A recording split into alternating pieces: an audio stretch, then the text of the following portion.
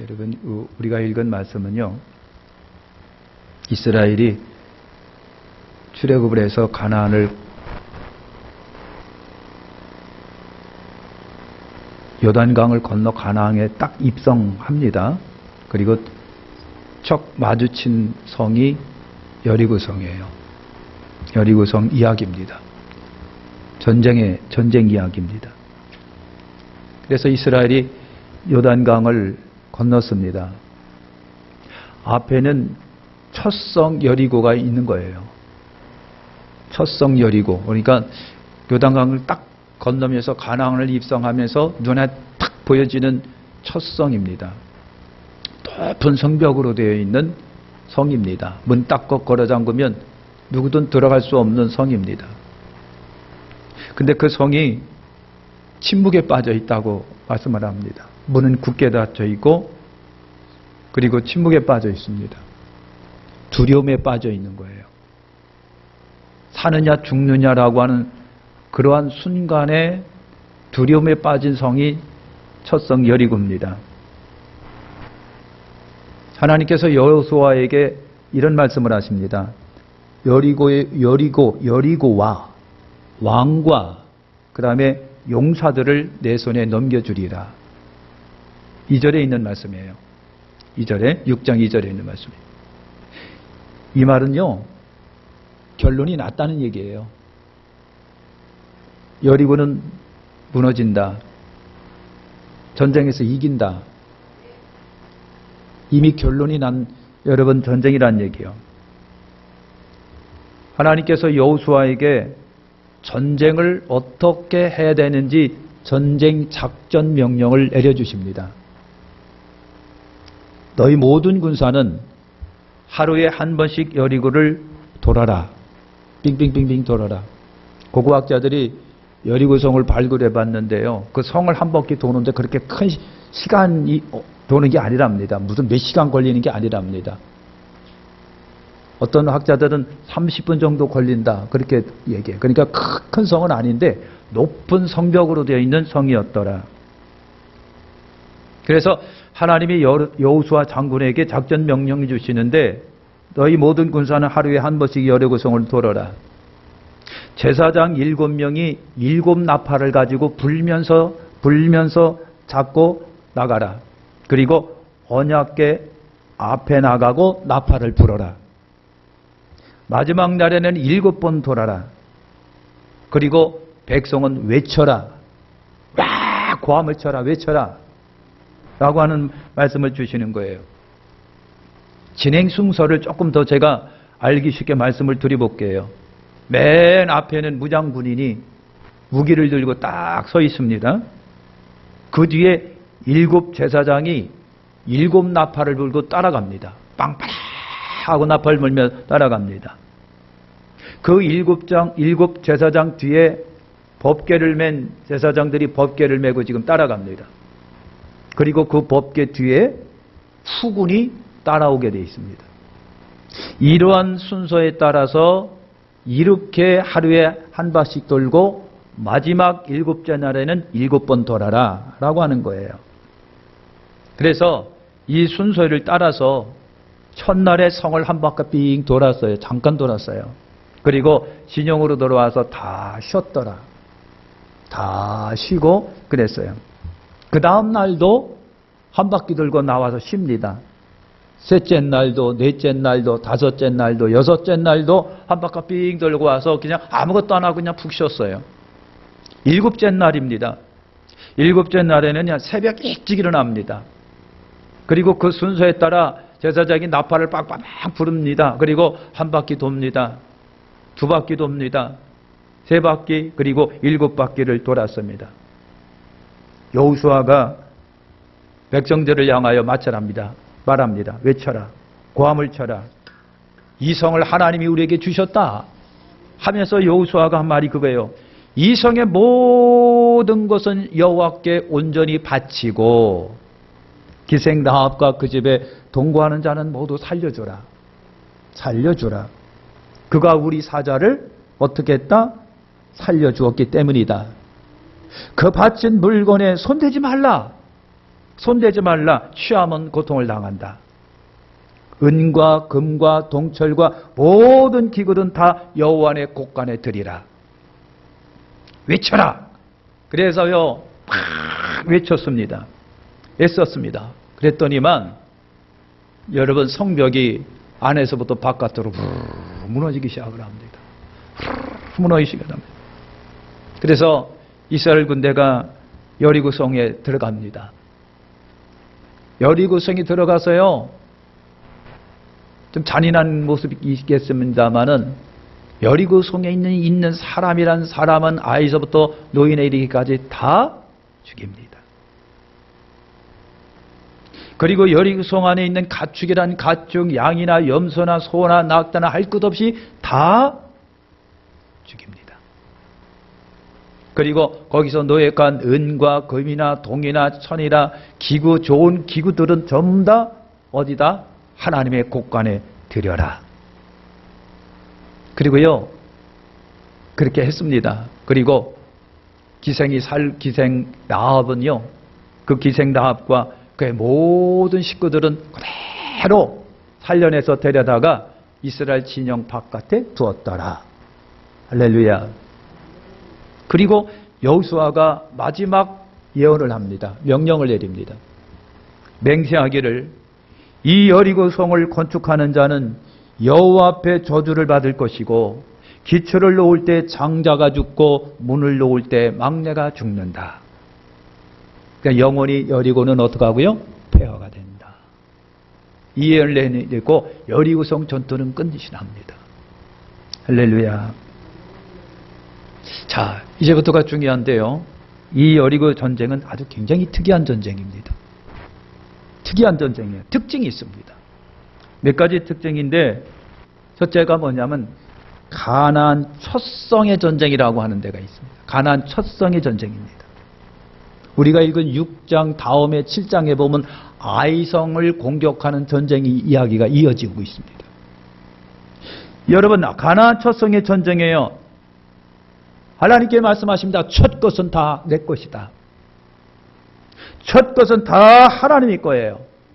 그래서 이 전쟁은 하나님께 드려진 전쟁이라고 하는 특징을 갖고 있습니다. 하나님께 드려졌다. 이 전쟁을 치르면서 첫 것의 중요성을 실감하는 전쟁이었습니다. 첫 것의 중요성, 첫 것은 하나님의 것이다. 두 번째는요, 이 전쟁이 하나님께 속한 전쟁이라고 하는 거예요. 하나님께 속한 겁니다. 여러분 가나안 두 번째 전쟁인 아이성 전투가 7장에 나온다고 그랬습니다. 6장 다음 제 7장에 나옵니다. 여러분 보시면 아이성 전쟁, 가나안 여리고 전쟁과 아이성 전쟁이 성격이 굉장히 달라요. 방법도 다르고 작전도 다르고 다 달라요. 특이한 전쟁이옵니다. 작전도 다르고 방법도 달라요. 사랑하는 성도 여러분, 여리고 성 전투는 다 하나님이 하신 전쟁이라고 하는 거예요. 하나님이 하신 전쟁입니다. 세 번째 특징은요, 하나님의 방법에 의한 전쟁이라고 하는 거예요. 하나님 방법. 여러분 처음부터 끝까지 하나님 방법만 있었습니다. 하나님 방법이 있었어요. 여호수아가 작전 짜지 않았어요. 이스라엘 백성들이 지휘관들이 작전 짜지 않았습니다. 하나님이 작전 짜셨습니다. 하나님이 작전을 짜고 전쟁 계획을 세우시고 작전 짜고 하나님께서 여호수아에게 이렇게 해라고 했습니다. 여호수아와 백성은 그냥 예 하고 그냥 순종만 했습니다. 특이한 전쟁입니다. 네 번째, 여러분 여호수아의 작전이 없는 전쟁이라고 하는 거예요. 작전은 다 하나님께 나왔다고 그랬어요. 여호수아의 의견도 없었습니다. 작전도 없었습니다. 여기에는 여호수아가 이렇게 살면서 경험했던 경험도 없습니다. 하나님의 명령이 오로지 움직였을 뿐이라고 하는 거예요. 하나님 이렇게 하라. 그러니까 한 거예요. 근데 7장에 가면 두 번째 성 아이성과의 전투에서는요, 여호수아가 지휘관들과 함께 작전을 짭니다. 그리고 이렇게 하자, 이렇게 하자 하고 전쟁을 치릅니다. 근데 이 여리고 성만큼은 그런 게 없었어요. 다 하나님이 하신 거예요. 다 하나님이 하셨습니다. 다섯 번째, 이 전쟁의 노획물은요, 모두 다 하나님께 온전하게 드려진 전쟁이라고 하는 거예요. 하나님께 다 드려졌어요. 우리말로 이론 하나 백성이 건들지 않았습니다. 이론 하나 누구 하나 손대지 않았습니다.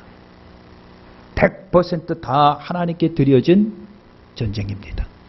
생명으로 하나님께 드려졌습니다. 가축도 드려졌습니다. 그리고 은금, 뱀을, 동 이런 것들은 다 하나님의 곳간에 드려집니다.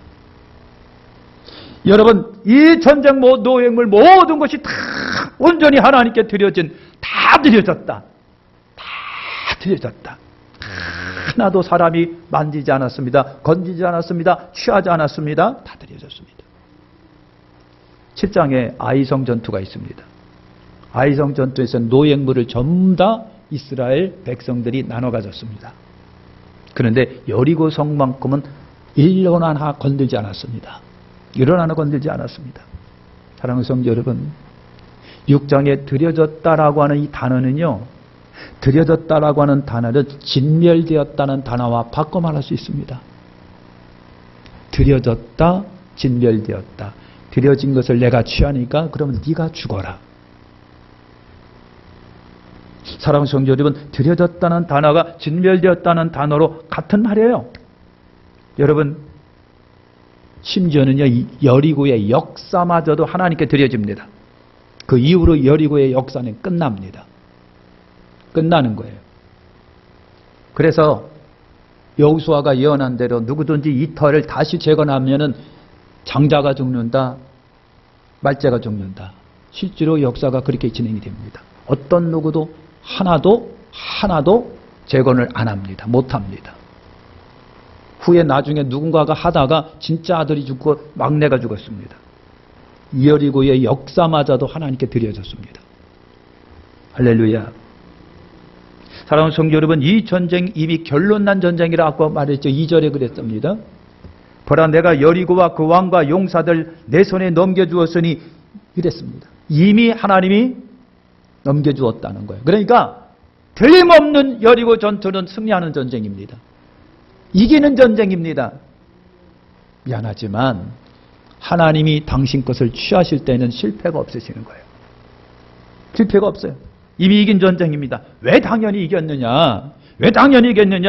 첫 것은 하나님의 것이기 때문에 그래요. 첫 것은 하나님의 것이기 때문에. 첫 것은 하나님의 것이기 때문에 하나님이 취하는데 누가 거기를 이의를 제기하며 방해하겠느냐고요. 첫 것은 하나님의 것이니까 이길 수밖에 없는 전쟁입니다. 사랑하는 성도 여러분, 첫 태생은 다 하나님의 것입니다. 첫 태생은 다 하나님의 것입니다. 첫 곡식도 하나님의 겁니다.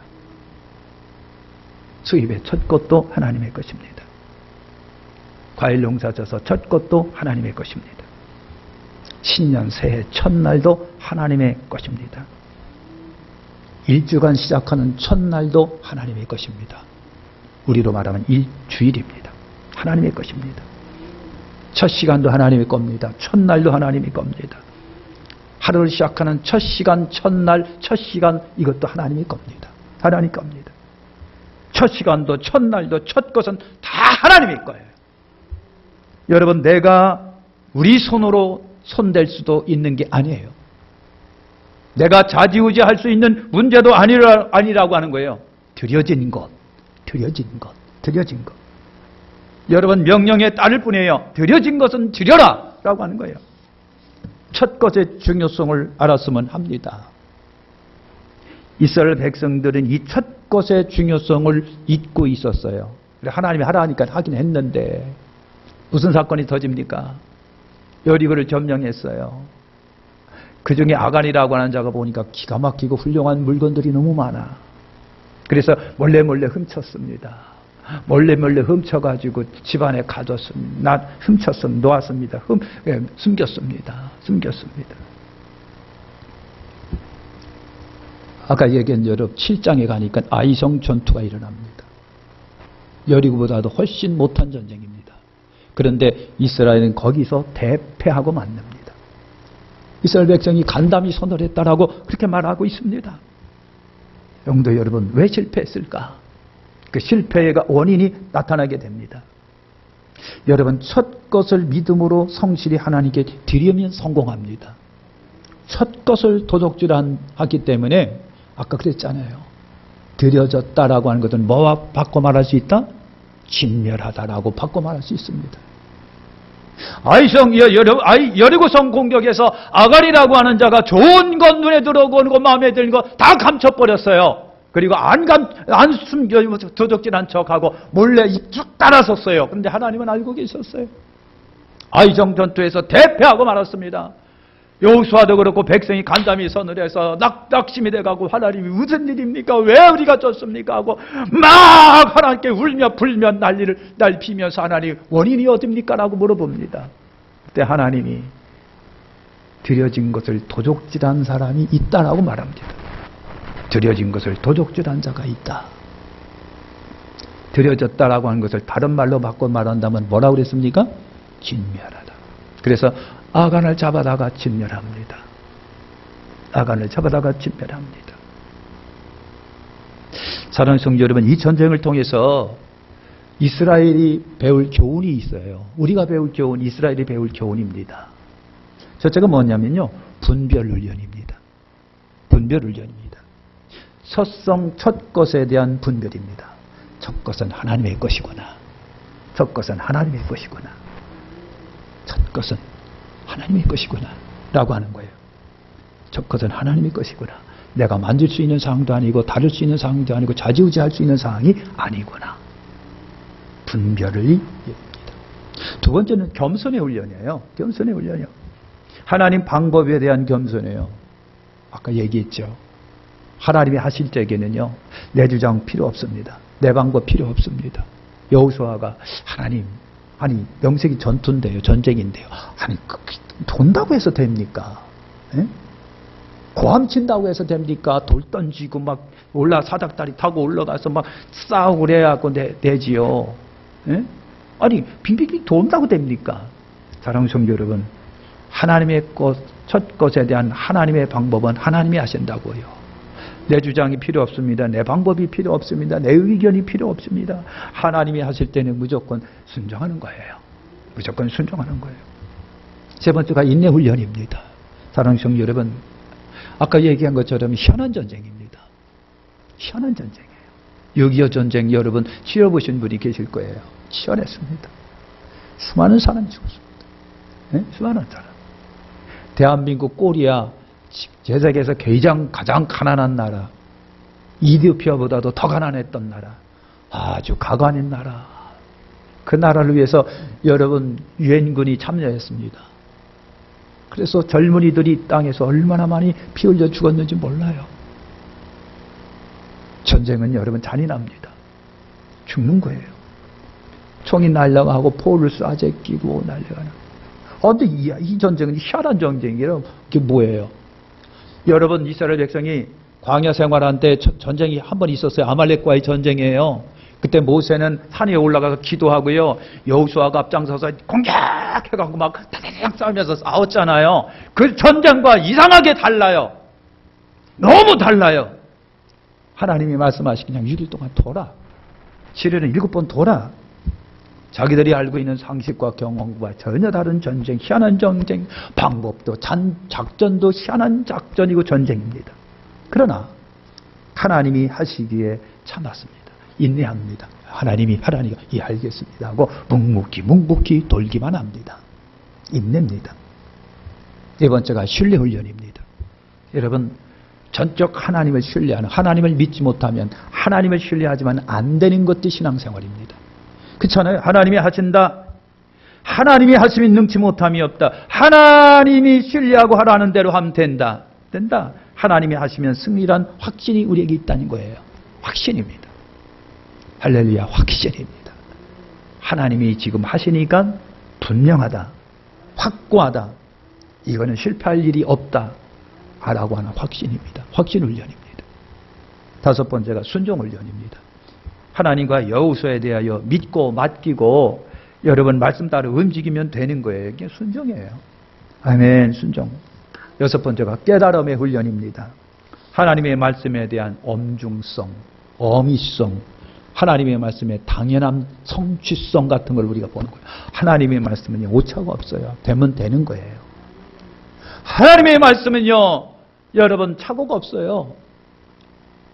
하나님의 말씀은요, 권세 있게 언제든지 반드시 성취되는 성취의 역사가 있습니다. 하나님의 역사 등을 깨닫는 것이 은혜입니다. 첫 것의 중요성, 하나님의 것이다라는 깨달음이 중요합니다. 그 다음에 우리가 기생 나합을 통해서 얻는 교훈이 있어요. 기생 나합, 앞에 기생이라고 하는 말을 붙입니다. 그러니까 기생은 여러분 뭔지 아시잖아요. 기생 나합입니다. 자, 그 기생 나합에서 얻는 교훈이 몇 가지가 있어요. 첫째가 그의 지혜입니다. 여러분 생각을 해보세요. 막 이스라엘 군대가 애굽에서 나와가고 가나안을 이렇게 거쳐서 여러분 광야를 거쳐서 가나안을 이렇게 들어오는데 소문이 가나안이 얼마나 많이 들려지는 거냐, 막 엄청난 소문이 들려지는 거냐. 엄청난 소문이요. 여호와의 군대가 지금 이 땅을 향하여 온다고 하더라 해가지고요, 한다고요. 가나안에 살고 있는 수많은 왕들과 사람들이 살겠다고 다들 이 이스라엘의 소문을 듣고요, 살려고요. 군대 모집합니다. 성 쌓습니다. 무기 만들어냅니다. 그리고 그냥 문 탁 걸어놓은 겁니다. 싸워야 된다. 우리가 안 싸우면 우리 죽는다 해갖고 그냥 불태우고 있을 때 기생 나합은 어떻게 하고요? 아니야. 항복하면 살아. 화친하면 살아. 저를 영접하면 살아. 라고 하는 겁니다. 그들을 맞이하면 살 길이 있어요. 사는 것은 그래서 살았습니다. 이것이 지혜입니다. 지혜가 그들을 살렸습니다. 수많은 사람들이 싸워야 된다고. 수많은 사람이 막 무기를 만들어내고 여러분 성을 쌓고 그리고 군사를 모집하고 전투 훈련을 하고 그랬을 때 라합은 저들을 맞이해서 삽니다. 이것이 지혜라고 하는 거예요.